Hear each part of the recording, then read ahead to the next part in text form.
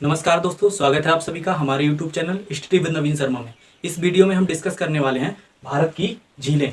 भारत की झीलों के बारे में समझेंगे, कौन कौन सी झीलें भारत में पाई जाती हैं, कौन कौन सी झीलें किस किस प्रदेश में पाई जाती हैं और उनकी क्या क्या विशेषताएं हैं, इन सब के बारे में समझेंगे।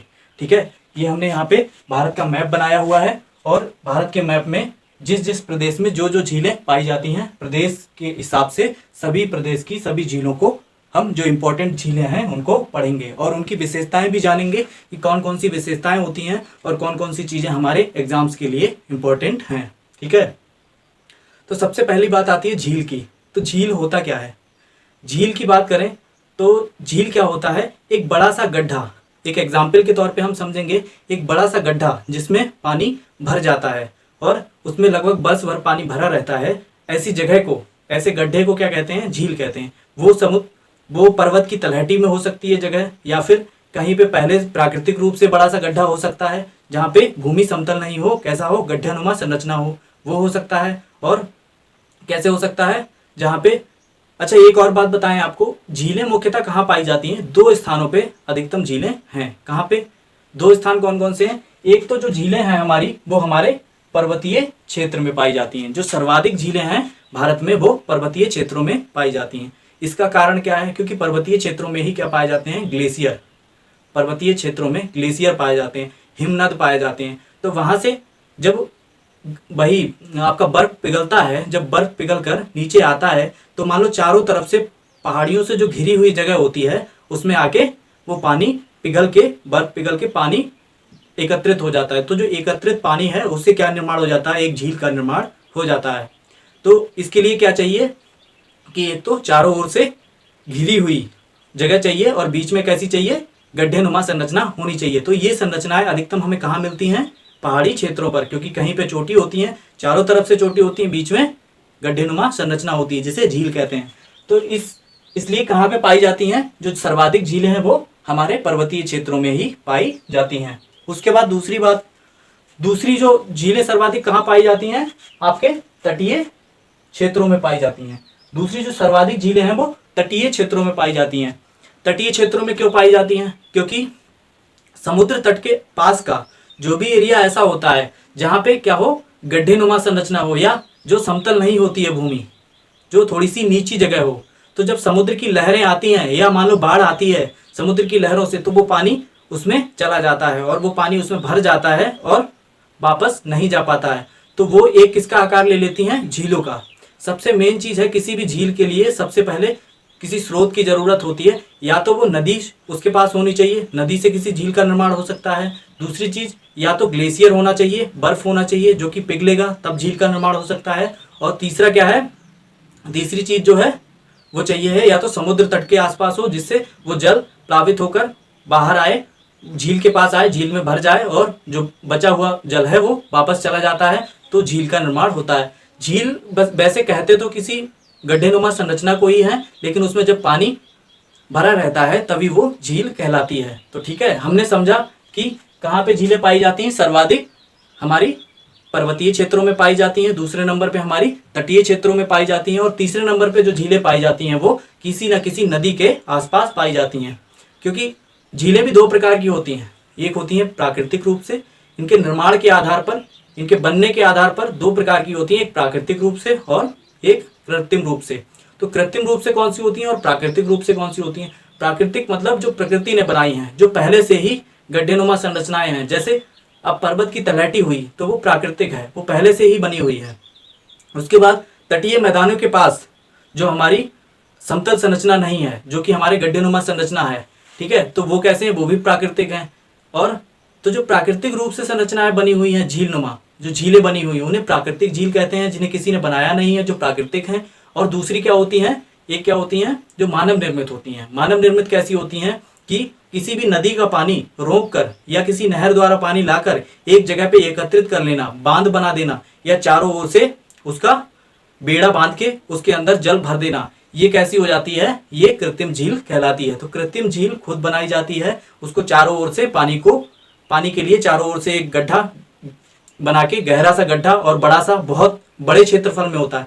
गड्ढे का मतलब, जो भी मैंने गड्ढा शब्द का उपयोग किया है वो आपको समझाने के लिए किया है। गड्ढे का मतलब यहाँ पे बहुत बड़े एरिया से है, ठीक है। झील क्योंकि बहुत बड़े एरिया में होती है, अच्छे खासे बड़े एरिया में होती है, तो झील, गड्ढा एक छोटा सा गड्ढा झील नहीं होती है, ठीक है। झील क्या कहलाएगा, जो एक बड़ा सा गड्ढा होगा जिसमें पानी भरा रहेगा, ठीक है।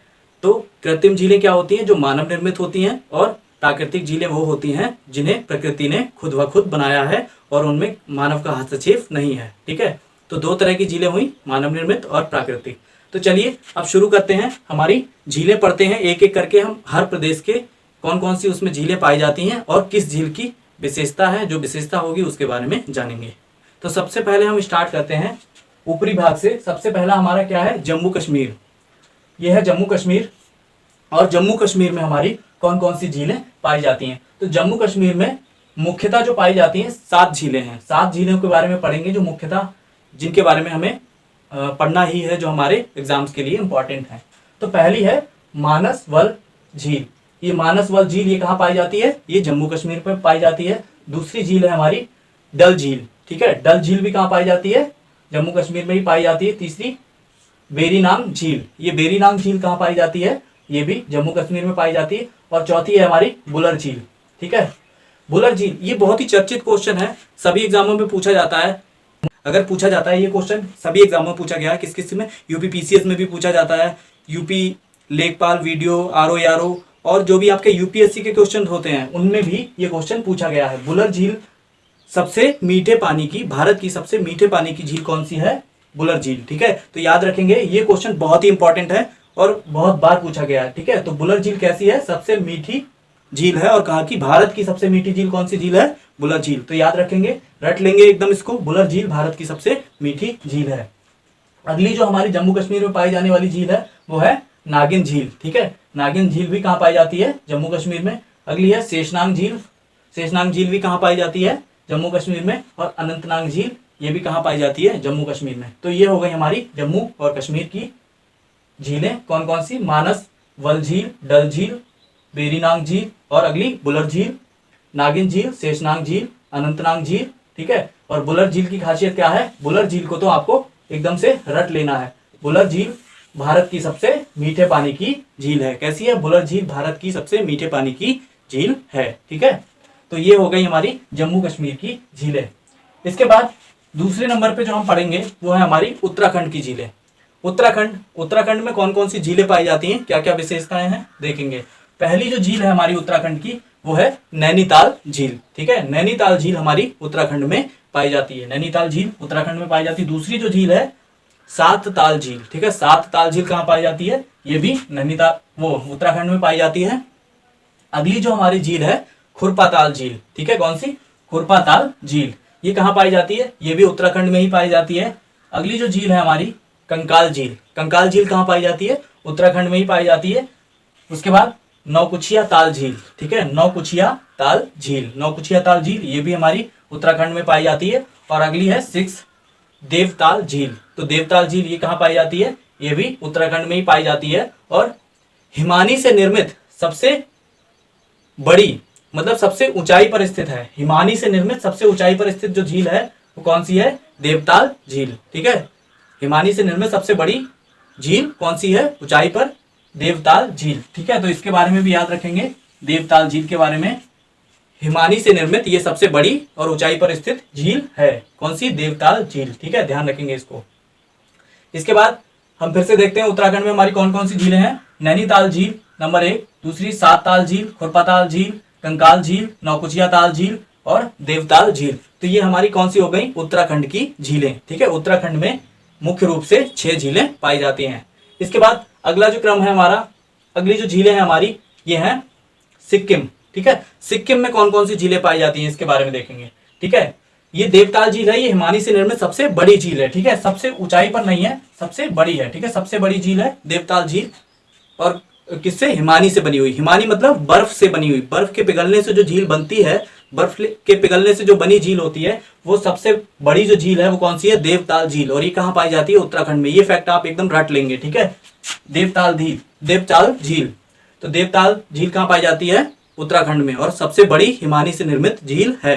इसके बाद अगला हमारी जो सिक्किम की झीलें हैं उनको पढ़ेंगे। सिक्किम में कौन कौन सी झीलें हैं? सिक्किम में मुख्यतः दो झीलें पाई जाती हैं। पहली है गुरु डोगम झील, ठीक है, गुरु डोगमर झील, ठीक है, गुरु डोगमर झील है, ये कहाँ है? सिक्किम में है। और इसके बाद दूसरी जो सिक्किम में झील पाई जाती है वो है चोलामू झील, ठीक है, चोलामू झील भी ये कहाँ पाई जाती है? ये सिक्किम में ही पाई जाती है। और चोलामू झील की खासियत है ये सबसे ऊंचाई पर स्थित झील है, ठीक है, चोलामू झील जो है वो सबसे ऊंचाई पर स्थित झील है। कैसी झील है? सबसे ऊंचाई पर स्थित झील है चोलामू झील, ठीक है। इसके बाद अगला जो हमारी मणिपुर की झील देखेंगे। मणिपुर में केवल एक झील पाई जाती है मुख्यतः, कौन सी? लोकटक झील। लोकटक झील कहाँ पाई जाती है? मणिपुर में। लोकटक झील के बारे में भी बहुत बार पूछा गया, लोकटक झील के बारे में बहुत बार पूछा गया, ये भी बहुत इंपॉर्टेंट है। लोकटक झील हमेशा पूछी जाती है। लोकटक झील कहाँ है? मणिपुर में, ठीक है, मणिपुर में पाई जाती है लोकटक झील। इसके बाद अगली जो झील है हमारी वो है उमियम झील, ठीक है, उमियम झील, ये कहाँ पाई जाती है? मेघालय में, ठीक है, मेघालय में पाई जाती है उमियम झील। उमियम झील मेघालय में पाई जाती है, कहाँ पे? उमियम झील मेघालय में पाई जाती है, ठीक है। तो ये फैक्ट भी आप याद रखेंगे। मेघालय की एकमात्र झील कौन सी है? उमियम झील, जो इंपॉर्टेंट है, एकमात्र इंपॉर्टेंट झील उमियम झील। इसके बाद अगली जो झील है उसके बारे में पढ़ेंगे, चिल्का झील, ये बहुत इंपॉर्टेंट है, मोस्ट इंपॉर्टेंट। चिल्का झील बहुत ही पूछी जाती है एग्जामों में। चिल्का झील की बहुत सी विशेषताएं भी है। चिल्का झील के बारे में जानेंगे। एक तो ये तटीय क्षेत्र की, मतलब समुद्र तट से लगी सबसे बड़ी झील है। कैसी झील है? समुद्र तट से लगी सबसे बड़ी झील कौन सी है? चिल्का झील, ठीक है, समुद्र तट से लगी सबसे बड़ी झील कौन सी है? चिल्का झील। दूसरी एक पाई कहाँ जाती है? तो यह कहाँ पाई जाती है? उड़ीसा में, ठीक है, ये उड़ीसा में पाई जाती है। और तीसरी ये कैसी है? जो चिल्का झील है यह एक लैगून झील है। कैसी है? लैगून झील है, ठीक है, लैगून झील है चिल्का झील, ठीक है। और ये कैसी है? क्रेटर निर्मित झील है, ठीक है, क्रेटर झील भी बोलते हैं या लैगून झील कहते हैं किसे? चिल्का झील को। ये कहाँ पाई जाती है? उड़ीसा में पाई जाती है। कहाँ पे? उड़ीसा में, ठीक है। तो इसको याद रखेंगे, बहुत ही इंपॉर्टेंट है। चिल्का झील उड़ीसा में पाई जाती है, सबसे बड़ी तटीय झील है, और लैगून झील है और क्रेटर झील है। लैगून झील भी है, लैगून झील के नाम से पूछी जाए तो लैगून झील कौन सी बताएंगे आप? सबसे बड़ी चिल्का झील। और क्रेटर झील भी सबसे बड़ी चिल्का झील है, ठीक है। क्रेटर झील भी है, क्रेटर या लैगून झील बोल सकते हैं इसको। इसके दो उपनाम है। उपनाम क्या? वो इसकी कैटेगरी वाइज इसका डिवीजन है कि कौन कौन सी झील किस प्रकार की होती है, ठीक है। इसके बाद अगली जो झील है हमारी वो आंध्र प्रदेश में पाई जाती है। आंध्र प्रदेश में कौन सी अगली झील है? कोलेरू झील, ठीक है। कोलेरू झील कहाँ पाई जाती है? आंध्र प्रदेश में। कोलेरू झील आंध्र प्रदेश में पाई जाती है। कोलेरू झील आंध्र प्रदेश में पाई जाती है, ठीक है, आंध्र प्रदेश में पाई जाती है। ये भी एक तटीय झील है, ठीक है, ये भी समुद्र के तट के पास ही पाई जाती है। इसके बाद अगली जो झील है हमारी वो है हुसैन सागर झील, और ये कहाँ पाई जाती है? तेलंगाना में, तेलंगाना, ठीक है, तेलंगाना में पाई जाती है हुसैन सागर झील, ठीक है। हुसैन सागर झील कहाँ पाई जाती है? तेलंगाना में। तेलंगाना में एकमात्र झील कौन सी पाई जाती है? हुसैन सागर झील, ठीक है। तो याद रखेंगे तेलंगाना में हुसैन सागर झील। इसके बाद अगली जो हमारी झील आती है पुलिकट झील, ठीक है, पुलिकट झील। इसकी एक विशेषता है, पुलिकट झील की विशेषता यह है कि ये तमिलनाडु और आंध्र प्रदेश दोनों में पाई जाती है। एकमात्र झील है ऐसी जो तटीय झील है और दो प्रदेशों में पाई जाती है। किसमें? तमिलनाडु में और आंध्र प्रदेश में, ठीक है। तमिलनाडु और आंध्र प्रदेश दो प्रदेशों में पाई जाने वाली झील कौन सी है? पुलिकट झील। ये इनकी सीमा के बीच में पड़ती है, ठीक है, सीमा के बीच में है पुलिकट झील, जो कि एक तटीय झील है और आंध्र प्रदेश और तमिलनाडु दोनों में पाई जाती है, ठीक है। तो इसके बारे में भी ये फैक्ट आप याद रखेंगे। इसके बाद अगला जो अगली जो झील है हमारी वो है अंशुपा झील। ये अंशुपा झील है और ये कहाँ पाई जाती है?